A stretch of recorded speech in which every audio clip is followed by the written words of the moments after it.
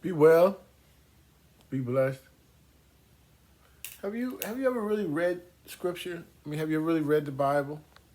And I don't mean glanced over it at a Sunday school meeting or went over a few lines in your head after a preacher gave a great sermon.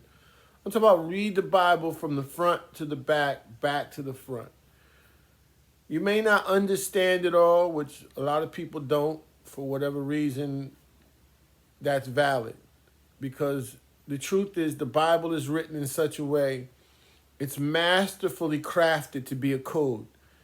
It's crafted to hold concepts and ideas on a subconscious level or a sub-observable type of level. I mean, you're reading it, but you're more like reading over it as opposed to reading what it actually is telling you. Subconsciously, you see some metaphorical idea, and you see this sort of relationship between things that are in the physical realm with the things that they claim are from a spiritual nature. And you can see this play out throughout the book.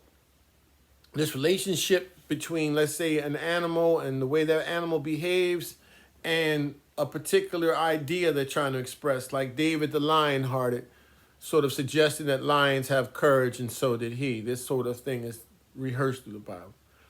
One of the things that you might not really be observing or overstanding the way you should is that book is written for a particular people who are doing a particular thing, and the book sort of is invested in them to continue this behavior.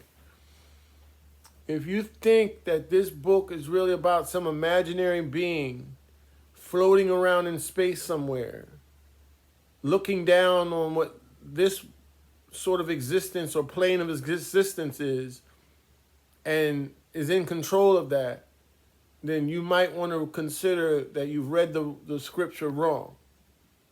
There are powerful concepts in these books, but they are clearly not meant to be interpreted as literal truths. The fact that you would assume that the earth was created in 7 days, as the Bible might suggest through its metaphorical description of each day. And you don't even pay attention to it. It says morning and evening as opposed to evening and morning and vice versa, to sort of show you that it's got something other than what you may be considering normal or the logical interpretation of a particular passage or chapter or story. It's metaphorical. The whole thing is coded in metaphors that stand for other things as they communicate with each other, private ideas they want you to have no overstanding of. This page will begin to break those things down and show them to you.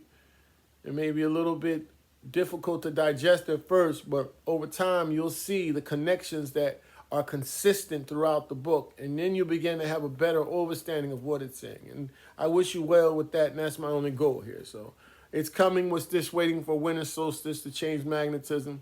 I'm free to say whatever I feel like I believe that the people would want to hear or would benefit from hearing shortly on this page. But be well, stay blessed.